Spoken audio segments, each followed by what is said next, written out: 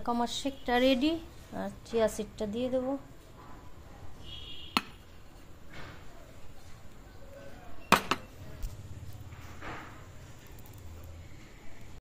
Hello friends, good morning and welcome back to my channel. আমার চ্যানেলের আরও একটি নতুন ভিডিওতে সবাইকে অনেক অনেক স্বাগত। তো চলো আজকের ভিডিওটা এখান থেকে শুরু করছি। তো দেখো রোদে বসে বসে শেক খাবো।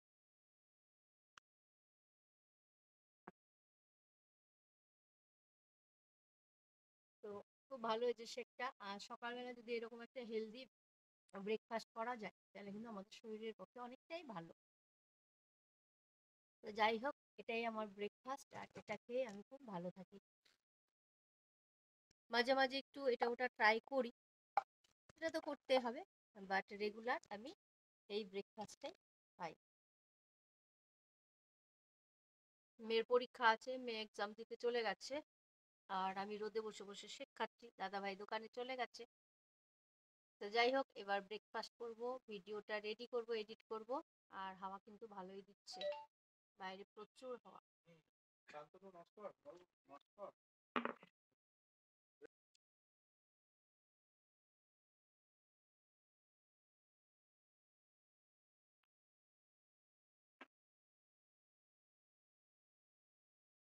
তো চলো ব্রেকফাস্টটা করি। তো আগের দিন যখন পাটিসাপটা বানিয়েছিলাম তখনই কিছুটা ব্যাটার রেডি করে রেখেছিলাম, কিছুটা মালপোয়া ভাজার জন্য। তো ভাবলাম যে রান্নাটা শুরু করার আগে কটা মালপোয়া একটু ভেজে নিই। তো সেই জন্যই দেখো কটা মালপোয়া ভেজে নিচ্ছি। আর মালপোয়া খেতে আমি ভীষণ ভালোবাসি, আর চায়ের সাথে খেলে তো কোনো কথাই নেই। খুব বেশি ভাজবো না, কারণ আমি আলাদা করে এটা যখন পাটিসাপটা বানাই, পাটিসাপটার ব্যাটারটা একটু পাতলা করতে হয়, আর এটা ঘন। আমি সেইভাবেই তখন রেডি করে রেখেছিলাম, ফ্রিজে রেখে দিয়েছিলাম। কারণ আমি যখনই পাটিসাপটা বানাই তখন কিছু মালপোয়ার জন্য রেডি করে নিই একবারে, তাহলে একবারেই ধরো হয়ে যায়। তো দেখো বেশ ভালোই কিন্তু হচ্ছে মালপোয়াগুলো, বেশ দেখো, দেখে বুঝতে পারছো।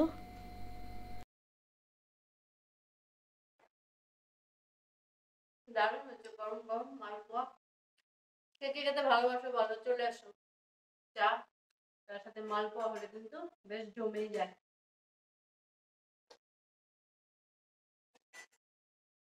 ভাজতে ভাজতে একটা খেয়ে নিচ্ছি।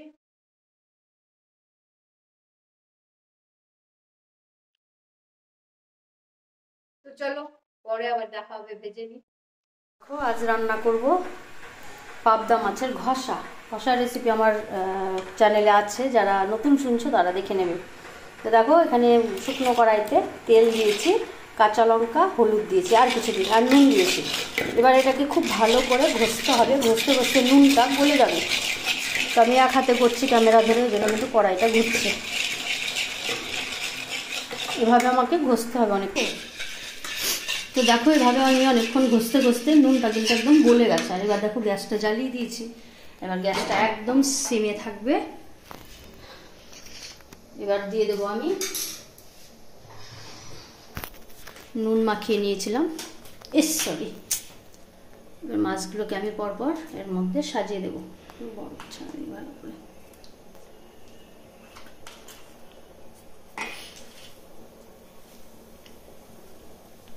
দিয়ে দিলাম, আর দিয়ে দেবো সামান্য জল, খুব বেশি জল আমি দেবো না।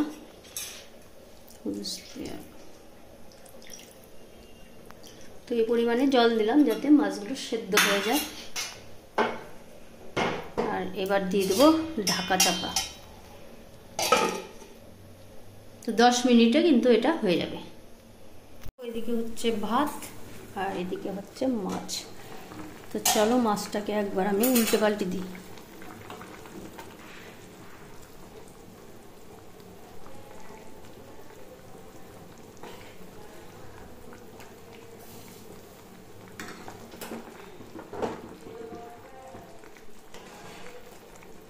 পাবদা মাছ এমনিতেই খুব নরম, খুব সাবধানে উল্টাতে হবে।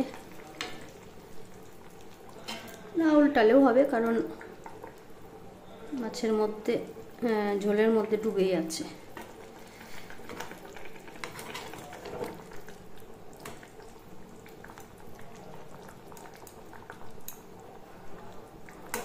আর উল্টাতে হবে না, এই পর্যন্ত থাক। আর একবার ঢাকা দিয়ে দিলাম।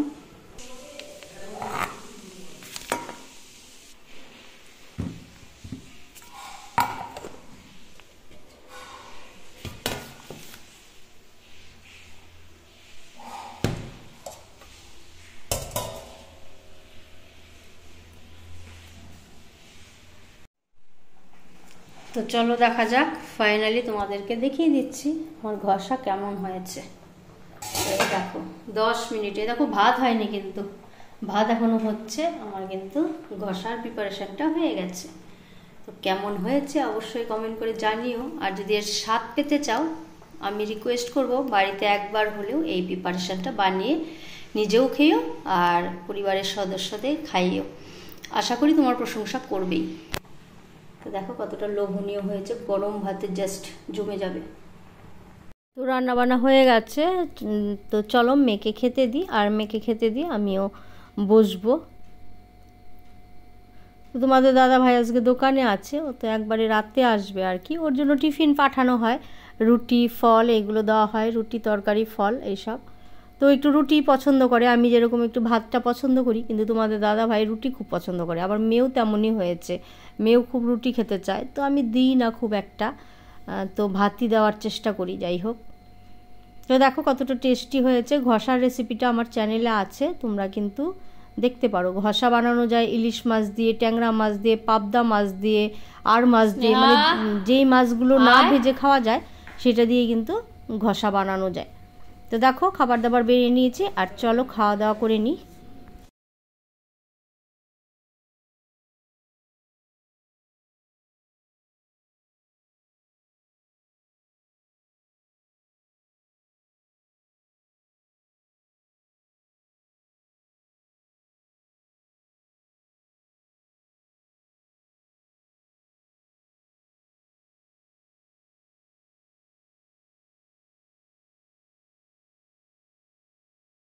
দেখো চলে এসেছি তানিশকে। অ্যাকচুয়ালি মেয়ে বেশ কিছুদিন থেকেই বলছিল ওর একটা কানের দুলের শখ আর কি, হিরের স্টার্স টাইপের।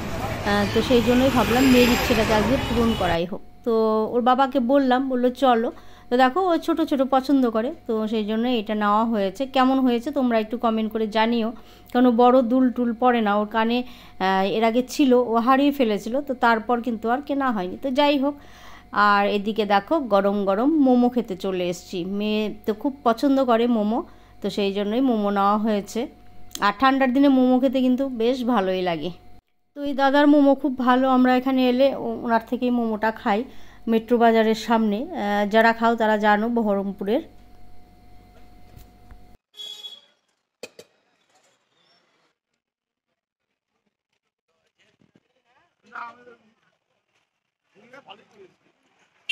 অনেকদিন পর মোমো খাচ্ছি।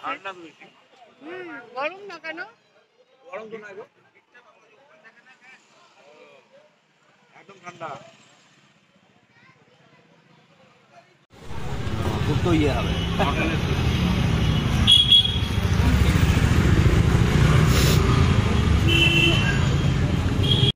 তো ফেরার পথে মিষ্টি দোকান থেকে তোমার দাদা ভাই বলছে যে চলো মিষ্টি নিয়ে নিই। তো আমার মেয়ে রসগোল্লা একদমই খায় না, শুকনো মিষ্টি পছন্দ করে। তো ওর জন্য কাজু বরফি, তারপর ওই যে দেখো চকলেট দেওয়া আছে, মিষ্টিটাও খেতে বেশ ভালো, আর একটা সন্দেশ টাইপের।